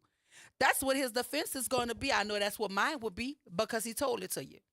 And not only did he tell it to you, the vice president at the time of these United States also told it to you. You know, that same vice president that was running for the presidency, VP Kamala Harris, she told you what he was going to do. She warned you in every town hall, every forum, every debate, she told you. But you know, you couldn't believe that woman, because that man told you that was you. You thought, you believed him. But you believed him for the others. You didn't believe him for yourself. Because I'm curious. I'm so curious. Out of the hundreds of thousands of protesters who were outside, I guarantee you, if somebody collected the data points, if somebody went around just asking them, just get a random sampling of them, I guarantee you a large amount of them voted for him, voted for this, voted for that. But they just thought that this and the that was for us. They didn't think that this and the that was for them. That's what I'm of the mindset. 80 million of y'all voted for him. So I don't know what you say, John. And if you want to join the conversation, it's 504-582-9422. Good morning. Welcome to the Good Morning Show. Hey, good morning, Doc. I've been hearing your conversation intermittently. I've been working and stuff for a second. But, you know, with the brother Khalid and the young lady, you know, they were permanent, you know, legal residency. Yes. Which means they're protected under the Constitution. They have all the rights of a citizen except the right to vote. But this is the caveat. A green card holder or legal permanent resident has those rights, but they're not absolute, meaning that they're contingent upon behavior. And because you cannot vote means you cannot actively get involved in the internal politics of a nation. So if they hadn't, in fact, did that, I mean, you can speak to another person individually, but to get out and actively protest the government. So wait. Full stop, John. Full stop. You're telling me that we're allowing folk to have residency here, have status here, but that the First Amendment doesn't apply to them. That's what you're telling me? They can't actively, because they can't vote, they can't actively get out in the street and So get I just involved want in to be internal clear. politics. So the folk who cannot vote, don't have any First Amendment protections because you can't vote. You can't get out and get involved in internal politics. No, I want to be very clear. Put it this way, let me clear it up. Okay. Say if I was a guest at your house. Yes. I'm not there permanently, and you and your son had an altercation, and I might have thought, well, you kind of handle that kind of, you may have did handle it kind of a little rough, but at the end of the day, I'm not blood. I'm not family. I can't get involved in the internal politics of that family. I'm a guest there. So until they come all in and become a citizen, then they can legally get out and actively protest the government.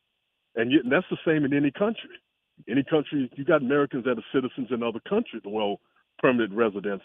One of my homegirls right now, she's in Turkey, and because she's a digital nomad, and because of things, America's so SIHT around the world, she's fighting to get an extension to stay there. She's been there about a year and a half, and she loves it, And but anyway, Erdogan, which is the president of Turkey, I mean, if you get out there and say something again, he's a big butthole now. If she gets out there and get actively involved in the politics, they can ask her to leave. That's pretty much any country. If you're not a citizen, there's a distinction between a citizen and a permanent resident. I'm having a hard time with this one. So I found this says the First Amendment freedoms of press, speech, petition, and assembly are all designed to encourage citizen participation in democracy and hold government officials accountable.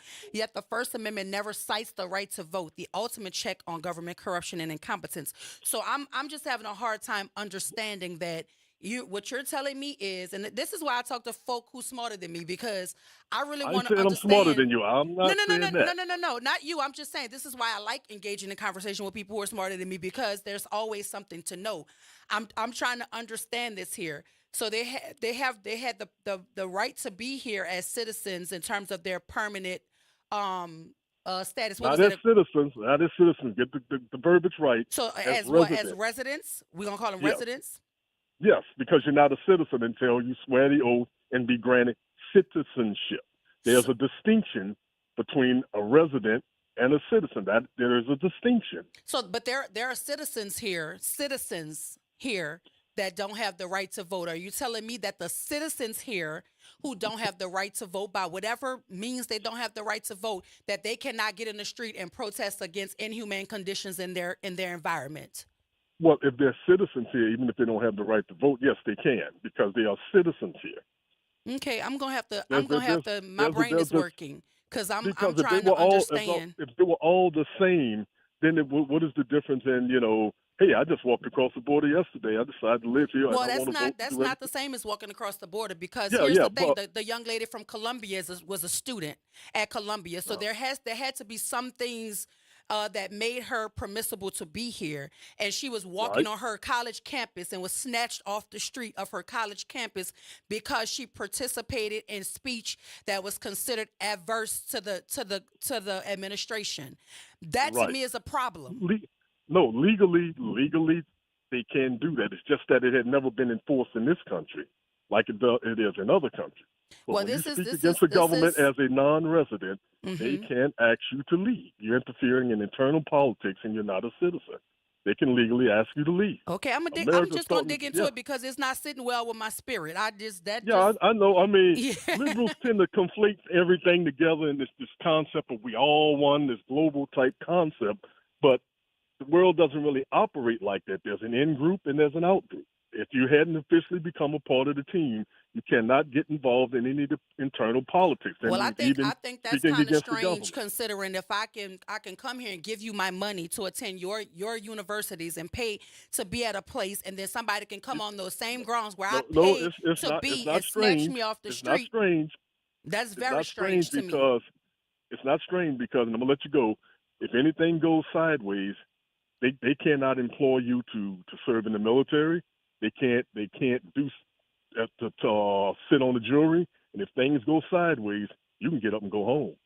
You're not locked Yeah, into yeah, the I understand struggle that. of But this country. if I And pay, so, therefore, according to the Constitution, these are not guarantees. These are like graces that they grant you, a contingent upon good behavior prior to transferring into well, a this citizen. this If you sounds like violate those things, they're they just can taking remove up you. space on a plantation to me. Then that's what it Yeah, sounds like. right. But Well, we'll see. all right. Thank you, John. Take I care. appreciate you. Look, that's fascinating to me, John. I promise you, my brain is working, and I respect your insight. But I guarantee you, I'm getting ready to start digging into this. I need to talk to some people, have some varying views, because this is odd to me. It's just odd. I got to go to break, Larry and James, but please don't go nowhere, because y'all are two people that I absolutely want to hear from. Stay with us for a few on the other side of the break. We'll be right back. This is WBOK 1230 AM, what New Orleans is talking about all day long.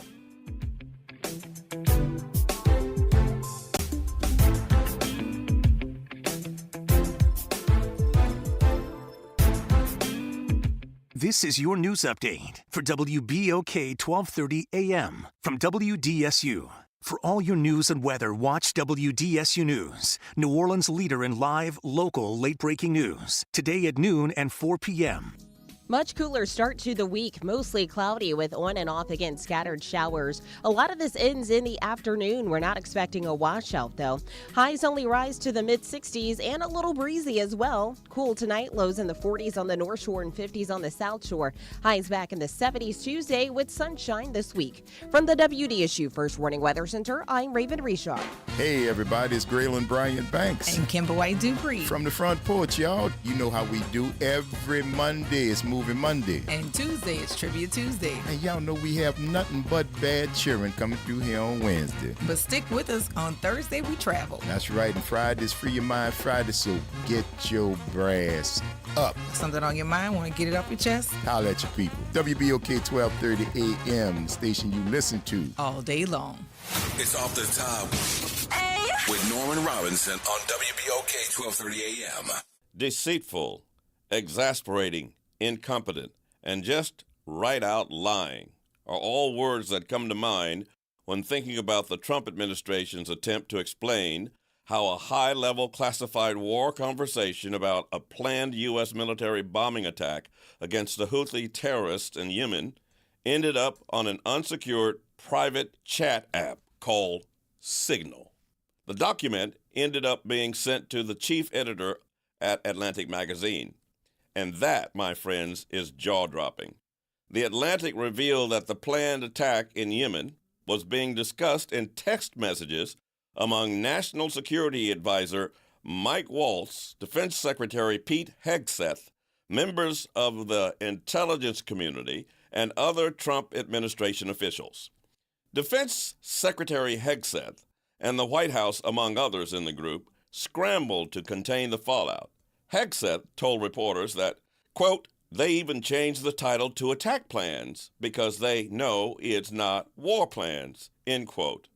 Not so, says The Atlantic in its latest news article, reporting that the text messages laid out the exact time the attack plans were supposed to launch, what time the bombs were to strike, and when the drones were to be launched. The magazine also revealed that the text messages included comments from Defense Secretary Hegseth and others discussing their dislike for our European allies.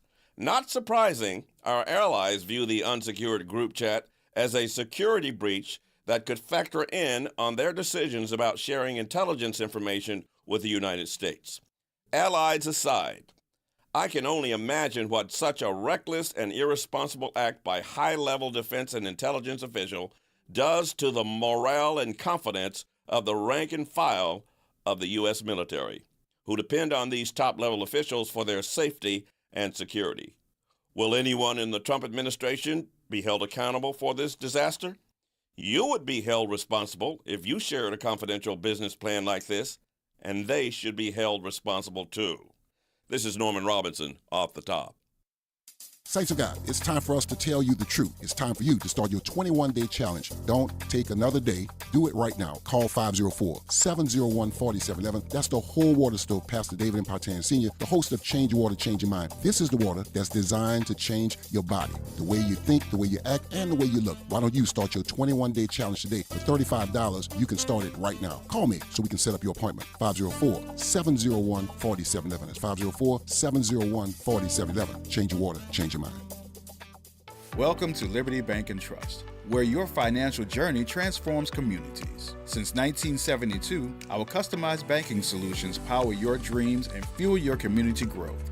Every dollar you invest with us circles back to empower more people, ensuring opportunities for generations. Join us at Liberty Bank. Together, we empower possibility. Visit libertybank.net to start banking with purpose. Liberty Bank, there's freedom here. Hey everybody, it's Kimber White Dupree. And it's Graylin Bryan Banks from the front porch. We're coming up next. Good morning, Wake Up. The Good Morning Show. Good morning. On WBOK 1230 AM.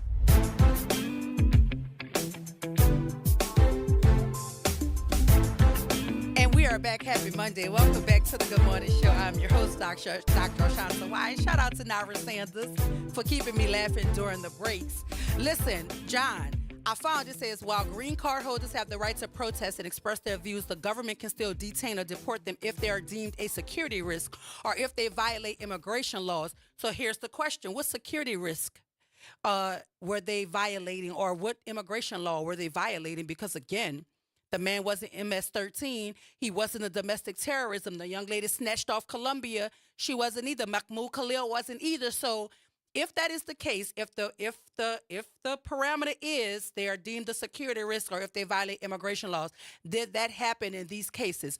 Or is it that the administration is arbitrarily doing what it wants to do to those people who speak out against it? I have questions and I need answers. Hey, Larry, welcome to the Good Morning Show.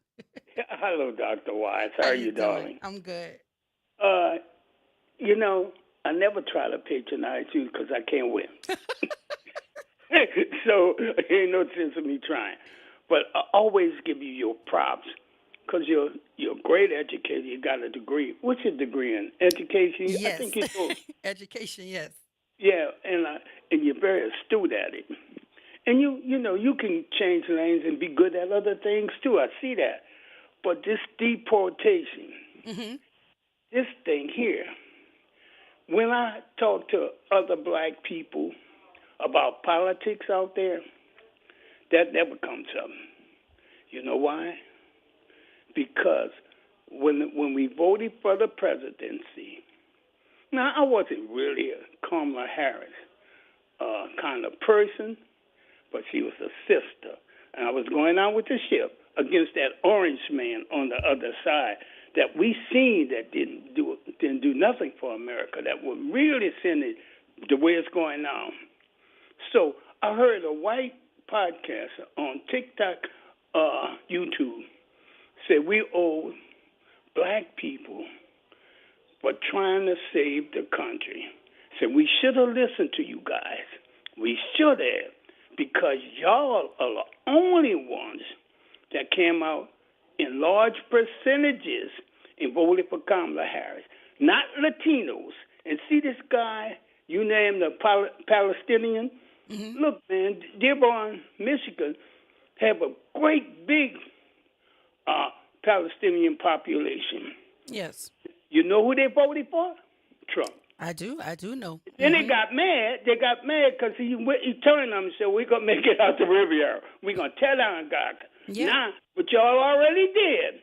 And you know how we feel, Dr. Wise? We carry on so many other people burdens. Dr. Wise retired. Oh, I know. So when I see a lot of sisters on TikTok and YouTube and podcast, I told you this once before. They say they're sitting home. They're sitting it out. See this thing they had this weekend protesting? Now, you say you like to do statistics and find out how many people voted for Trump. Find out how many black people they had out there. Well, I told you I was watching it very intently. I didn't see many, and then I was kind of... You might have seen a few, right? Yeah, I saw a few, yeah. Yeah, that might have been a few that probably voted for Trump, you know. But and so what I'm trying to say is that we're not preoccupied with deportation. That ain't even on our list anymore because we tried being kumbaya with those people. Now, what you really do, Dr. Wise, is you get some Afro-Latinos and ask them what their brothers and sisters, who they voted for, the ones that didn't consider themselves Afro-Latinos. Yeah, because it's a little more intricate than just saying, well, what about the people? Why they sending him over to wherever they sent him to, and they in jail?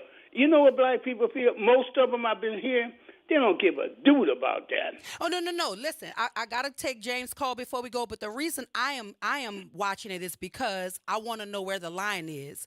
Because if we sit by and we watch them pull folk off the street who have a right to be here, and then you talk about him threatening the birthright citizenship, how far is he going to go? Right? Well, Dr. So Wise, that's why I'm paying attention to it. Dr. Wise, Yes. see if he said, well, they got the Wise on the list. Then we're going to fight. Right, Larry, you better fight for me, Larry. We Thank you gonna so fight. much. I All appreciate right, you. darling. All righty. Hey, James, welcome to the Good Morning Show. I had to try to get you in before we left. Go ahead. Yeah, you're right. Look, that what Diane was talking about, that's a heavy piece. And you're talking about going dig in, you better strap in and save it for the weekend because that's a whole lot of talk that's legalese. Yeah, That because Diane listen, I just found something else that says green card holders are protected by the same constitutional rights as citizens, including those protected by the First and Fifth Amendments and the Due Process Clause of the 14th Amendment. So I'm trying to figure this thing out here. Wait. You also got to realize the people, the Japanese refugees that came here and they were in internment camps to work. Yes, and which is also that illegal alien act that he's trying to enact too. Right, I'm like, but we are in an economic war right now. yes, so, yes. Yeah. See, That's James, what it gets you. You know how to make it All make right, sense now. because my brain, I'm telling you, my brain look. was malfunctioning just now. Look, you looked into that J.D. Vance thing I told you about? Yes, I I'm told you that looking boy got sexual identity crisis. I'm man. looking into that too. Don't start no stuff now. We got to talk about that one tomorrow, James. All You right. gonna call tomorrow? Yep. Let's talk about it. Talk to you then. Man. Listen, y'all are a mess. I love the WBOK. Listen, audience, John, I love you too, brother. Look, your brain works in a way that I respect. I respect intellect. It's actually the top of my list is my most favorite thing, right? And so that's why I say I'm gonna dig into it. I love having conversations with people whose brain work faster than mine. I just want to understand it. But see, the way my brain works, John, is my brain will start to misfire when things don't make sense to me. So not because it's not true. It just has to make sense to me. And so I'm going to dig some more into this so it can make sense to me. But I appreciate you, John. I appreciate you, James. I appreciate y'all, Larry. Thank y'all for calling. Listen, today has been dynamic. Happy Monday. But y'all got to stay tuned up next for the Front Porch with Grilling and Kimber. This is WBOK 1230 a.m. I'm your host, Dr. Ashanta Wise. Shout out to Nara Sanders, my producer. We going to see y'all tomorrow.